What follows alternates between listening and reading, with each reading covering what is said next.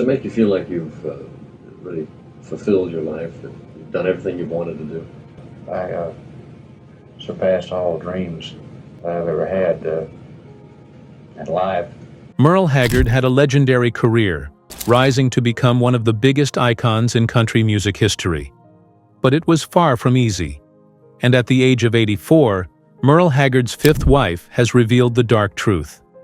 But before we jump into what she said, we need to learn who Merle Haggard truly was. This is the tragic real-life story of Merle Haggard. Merle Haggard's life was marked by hardship and adversity, which profoundly shaped both his character and his music. Born on April 6, 1937, in Oildale, California, Merle entered the world during the throes of the Great Depression. His parents, James and Flossie Haggard, had migrated to California from Oklahoma, seeking a better life as part of the mass exodus of Dust Bowl refugees. Their new home was humble, a refurbished old boxcar that provided shelter but little in the way of comfort. The Haggards' financial situation was bleak, but the family's bond was strong, centered around the hope of a brighter future in the Golden State. However, tragedy struck the Haggard family in 1946 when Merle was just 9 years old. His father, James Haggard, passed away suddenly from a brain hemorrhage. The loss was a devastating blow to young Merle, who idolized his father. In an interview with Rolling Stone, Haggard later reflected on the impact of his father's death, saying, "Something went out of my world that I was never able to replace." This loss would leave an indelible mark on Haggard's psyche, leading to a deep sense of abandonment and insecurity that would resonate throughout his life. In the absence of his father, Merle found solace in music, a passion that would eventually define his life. Despite his family's lack of interest in music, his parents never appreciated it, and his mother particularly disapproved of entertainers. Merle was drawn to the sounds of country music. He began sneaking into local music halls, captivated by performances from the leading country stars of the day, such as the Maddox Brothers and Rose and Lefty Frizzell. These early experiences would ignite a lifelong love for country music and lay the foundation for his future career as one of the genre's most iconic figures. Yet, alongside his burgeoning love for music, Haggard was also drawn into a life of crime. The turmoil following his father's death left him rebellious and restless. By the age of 11, Merle had already begun getting into trouble, engaging in petty theft and other misdemeanors. His mother, overwhelmed and unable to control his increasingly erratic behavior, eventually turned him over to the authorities, labeling him incorrigible. This marked the beginning of a tumultuous period in Haggard's life, characterized by frequent run-ins with the law. Throughout his teenage years, Haggard became a regular in the California juvenile detention system. He was arrested multiple times for various offenses, and his stays in juvenile facilities were punctuated by numerous escape attempts. Haggard later claimed to have escaped from custody some 17 times during his youth, a testament to his defiance and desperation. Despite these acts of rebellion, Haggard was also keenly aware of the consequences of his actions, but he seemed caught in a cycle he couldn't break. The culmination of Haggard's criminal activities came in 1957, when he was arrested for attempted robbery and sentenced to serve time in the notorious San Quentin State Prison. At the time, Haggard was only 20 years old, and the prospect of imprisonment was daunting. Initially uncertain about how long he would be incarcerated, Haggard ended up spending 3 years behind bars. This period of his life would prove to be a turning point. While in San Quentin, Haggard's life took yet another pivotal turn when he attended a performance by Johnny Cash, who was performing for the prison's inmates. The experience was transformative for Haggard, inspiring him to pursue a career in music more seriously. Witnessing Cash's performance, Haggard realized that music could offer a way out of his troubled life, providing a path to redemption and a chance to turn his life around. Upon his release from prison in 1960, Haggard was determined to leave his criminal past behind and focus on his music career. He began performing in local clubs and honky-tonks, slowly building a reputation as a talented singer and songwriter. His songs, often reflecting his own experiences of hardship and loss, resonated with audiences and earned him a devoted following. Haggard's raw, authentic style, combined with his deep, emotive voice, set him apart from other country artists of the time. Haggard's breakthrough came in the mid-1960s when he signed with Capitol Records and released a string of hits that would cement his place in country music history. Songs like Mama Tried, The Fugitive, and Okie from Muskogee became anthems for a generation and showcased Haggard's unique ability to blend personal storytelling with broader social commentary. His music spoke to the struggles of ordinary people, particularly those who, like him, had faced adversity and sought redemption. In his 2011 autobiography, My House of Memories, Haggard detailed one of the most transformative experiences of his life. A friend tried to entice him to make another jailbreak. This time, Haggard stayed put. The friend ended up killing a highway patrolman during the escape attempt and was sent to death row, then executed. Haggard, shaken, vowed to turn his life around. That wasn't the only transformative experience Haggard went through in prison. While still serving his sentence, he was one of a number of inmates who attended a live performance by country legend Johnny Cash inside the walls of San Quentin. Haggard was inspired. In My House of Memories, Haggard wrote that watching Johnny Cash made him a better man. He detailed how men at the prison were enthralled by Cash's presence on New Year's Day and were impressed with his performance, interacting enthusiastically with the musical icon. What really stood out to Haggard was the fact that Cash made a genuine effort to connect with the prisoners and was empathetic. Haggard later said, "I didn't care for his music before that. I thought it was corny. But he had the crowd right in the palm of his hand." Later in life, the two became close friends. In fact, when Cash was dying, Haggard visited him in the hospital ICU wearing a doctor's coat. When Cash asked him why he was there, Haggard replied, quote, "I'm here because I love you." After he left prison on parole in 1960, Merle Haggard decided to focus on the one thing that he'd been ignoring for a long time: music. When he wasn't working for his brother, Lowell, he'd devote his Saturdays to music.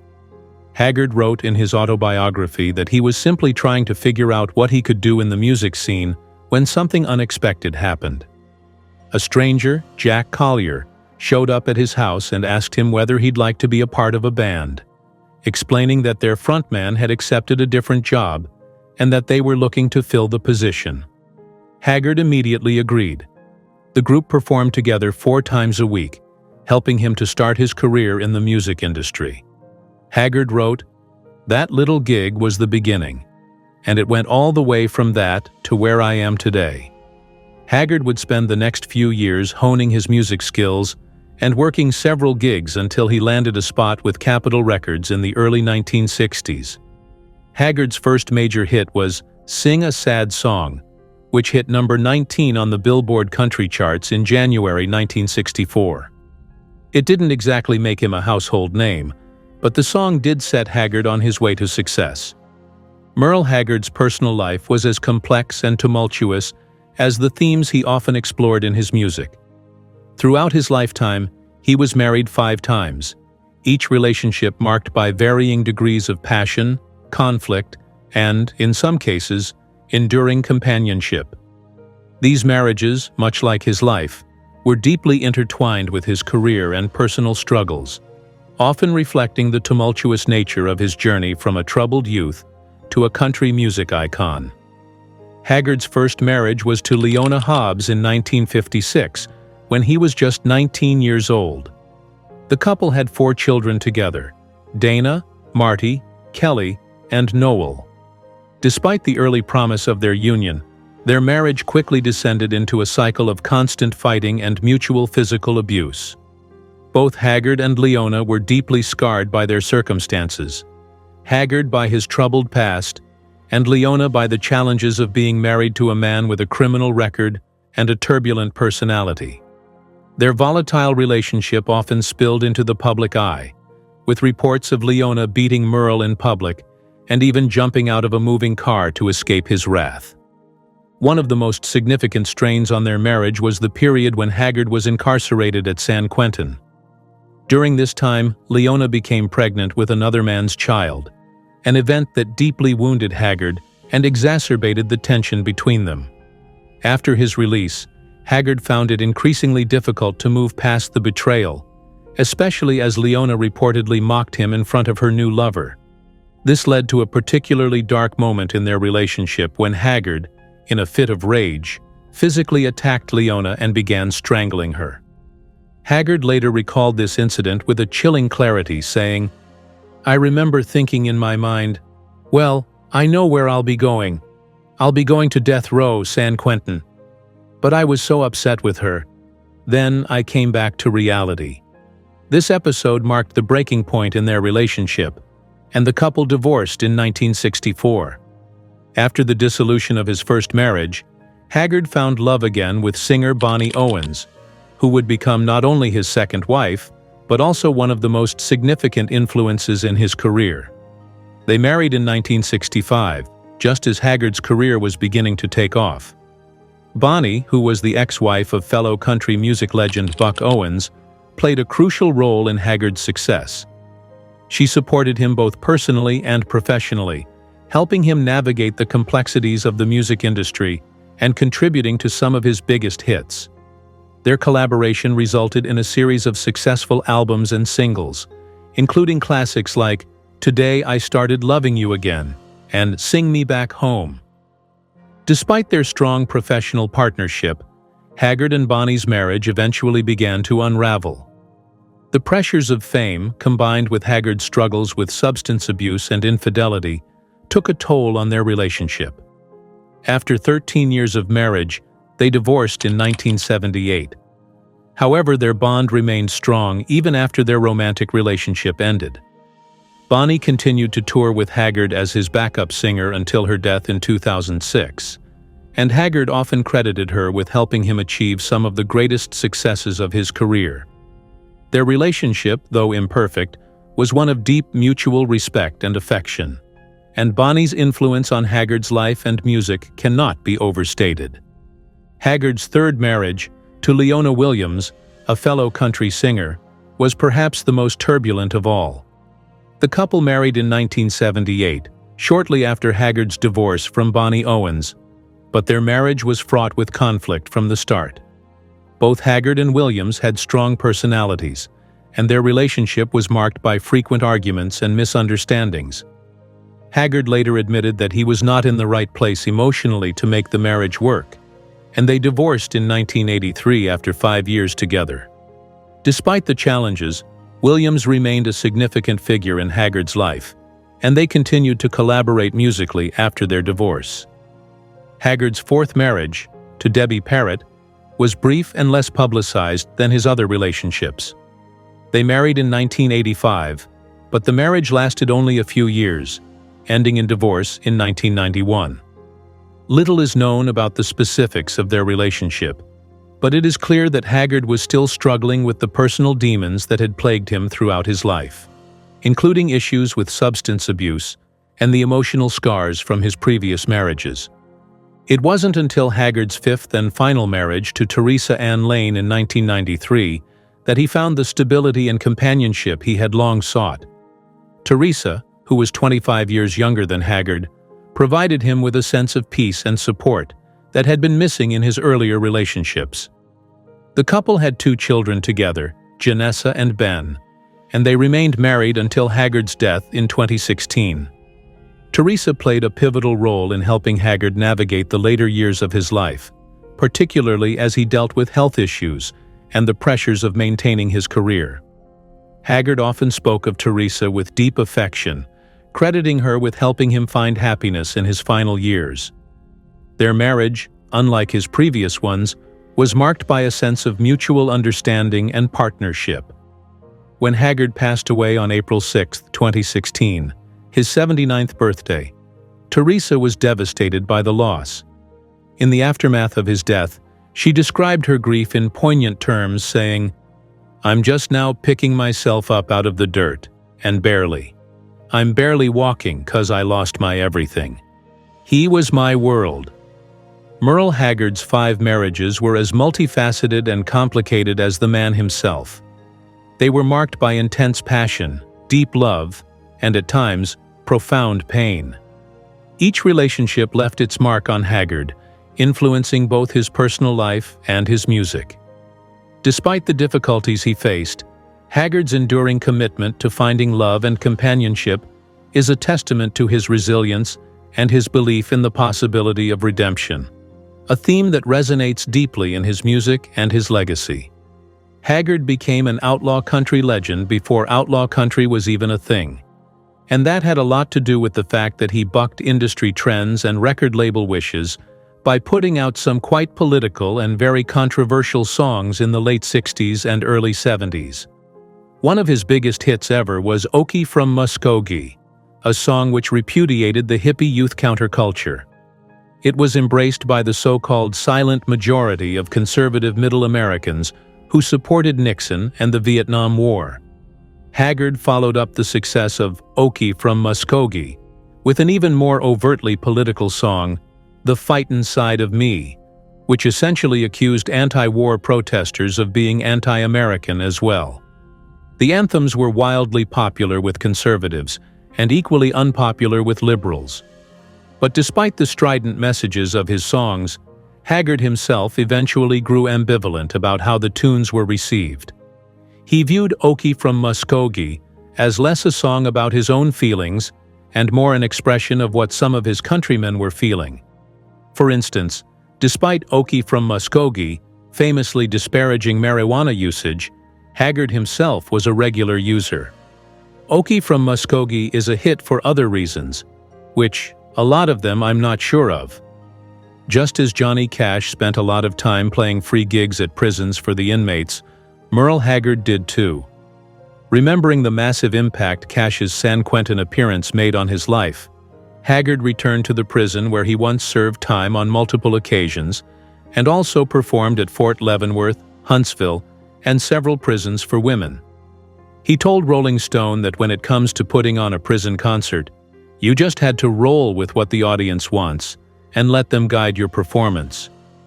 You kind of let them direct you. They sometimes are adamant about an area of your career that you might not even be aware of. They want something that you might have forgot about. They're in charge of their show and they know it, and I let them know it. They just kind of help me along. Merle Haggard's life was a complex tapestry, woven with both triumphs and tribulations, and the 1980s marked one of the most challenging chapters in his story. By this time, Haggard was already an established country music legend, known for his gritty voice, raw storytelling, and a string of hits that resonated deeply with fans. However, beneath the surface of his success, Haggard was grappling with a growing personal crisis, his battle with drug addiction. Haggard's struggles with substance abuse were not entirely new. The pressures of fame and the rigors of life on the road had led him down a path familiar to many artists of his era. As his fame grew, so did his reliance on drugs, which he initially used to cope with the demands of his career and the lingering emotional scars from his troubled past. However, what began as a way to manage the stresses of his lifestyle soon spiraled into a full-blown addiction that threatened to derail his life and career. In his memoir, My House of Memories, Haggard candidly reflected on this dark period, choosing to share his experiences not only as a form of personal catharsis, but also as a cautionary tale for his children. He wrote with raw honesty about the grip that drugs had on his life, the mistakes he made, and the profound regret he felt over the impact his addiction had on those around him. I said early in this book that I reluctantly confess these things about myself, knowing my children will read them, Haggard admitted. He understood the gravity of revealing such personal details, but he believed it was important for his children to know the truth. I believe my kids know I wouldn't lie to them, he added, emphasizing his commitment to transparency and the hope that his experiences might serve as a warning against the dangers of drug abuse. Despite his efforts to move past this troubled chapter, Haggard's history with drugs unexpectedly resurfaced in the public discourse decades later. In 2015, country singer Luke Bryan ignited controversy when he made an offhand remark in an interview that seemed to draw a comparison between himself and the legendary outlaw country singers of the past, including Haggard. Bryan stated, "I think that people who want Merle, Willie, and Waylon just need to buy Merle, Willie, and Waylon. I'm not an outlaw country singer. I don't do cocaine and run around, so I'm not going to sing outlaw country." This comment, which referenced the drug use that was part of the outlaw country mythology, struck a nerve with many fans who felt it was disrespectful to Haggard and his contemporaries.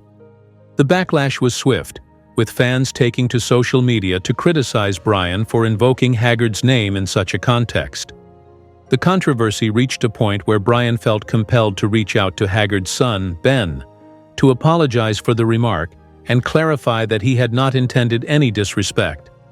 The incident highlighted the enduring impact of Haggard's legacy and how his struggles with addiction, while a painful part of his past, remained a sensitive topic for those who admired and respected him. While Haggard's battle with addiction was a significant challenge, it was not the only hardship he faced during the 1980s and early 1990s. Financial troubles also loomed large during this period, culminating in a bankruptcy filing in 1992.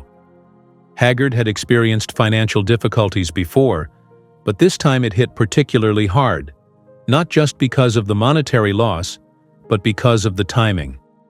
The bankruptcy filing occurred on the same day that his fifth wife, Teresa Ann Lane, gave birth to their son, Binion. The juxtaposition of welcoming new life into the world while simultaneously facing the stark reality of financial ruin forced Haggard to take a hard look at his life and career. The bankruptcy was a wake-up call for Haggard, who had always prided himself on his independence and ability to navigate the ups and downs of the music industry. The experience was humbling and forced him to reevaluate his approach to both his personal and professional life. It made him acutely aware of the fragility of success and the importance of managing his resources more wisely. In interviews following the bankruptcy, Haggard spoke openly about how the experience had changed him, instilling a new sense of responsibility and a renewed commitment to his family and his music. Despite these hardships, Haggard's resilience and determination saw him through.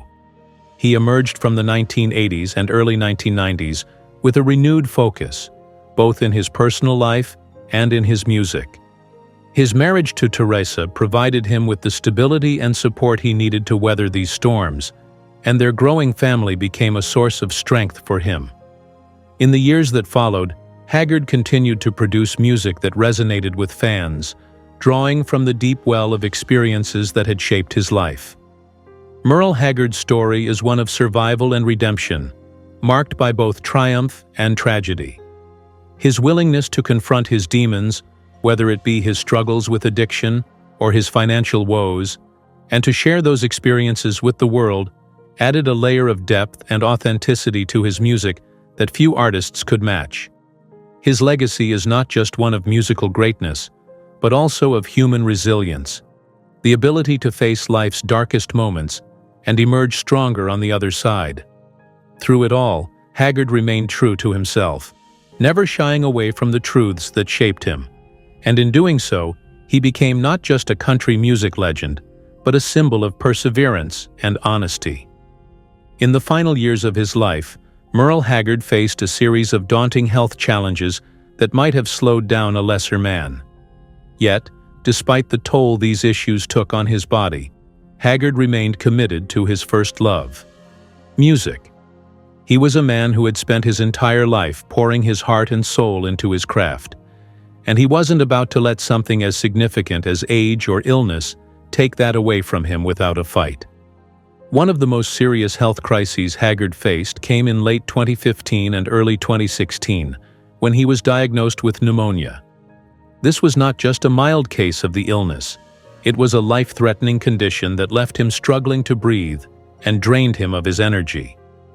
The pneumonia affected both of his lungs, with the infected areas being described by doctors as about the size of a grapefruit on each side.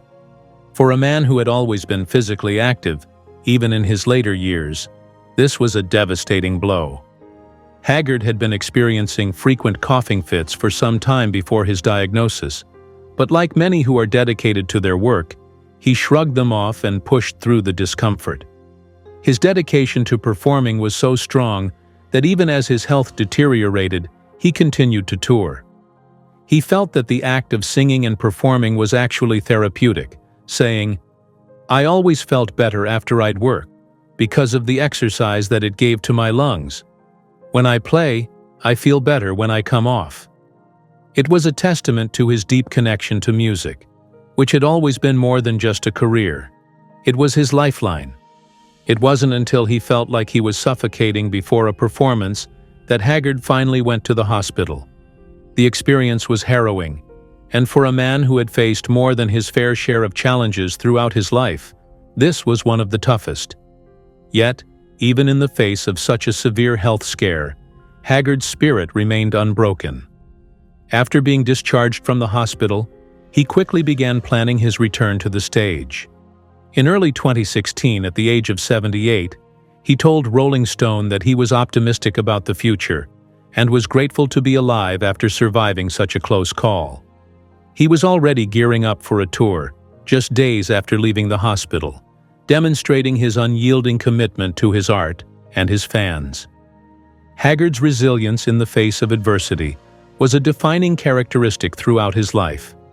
He had weathered countless storms, both personal and professional, and had always emerged stronger on the other side. However, as much as he was a fighter, Haggard was also deeply introspective and aware of the complexities that defined his existence.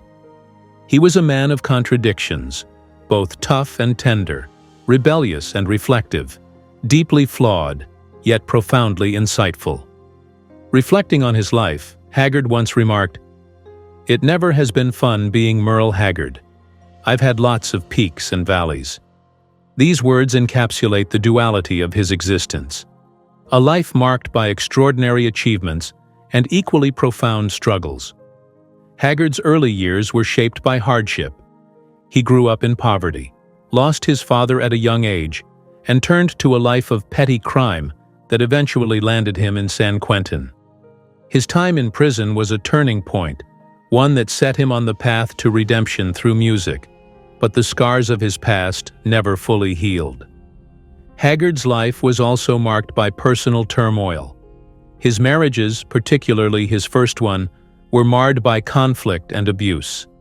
His struggles with addiction, which he candidly discussed in his memoir, My House of Memories, were another dark chapter in his story. Yet, despite these challenges, Haggard remained a beloved figure in country music, revered not just for his musical talents, but for his authenticity. He never shied away from his faults and failures. Instead, he wove them into his songs, creating music that resonated with the universal human experience. His complex political beliefs also added to his mystique. Haggard was a man who defied easy categorization.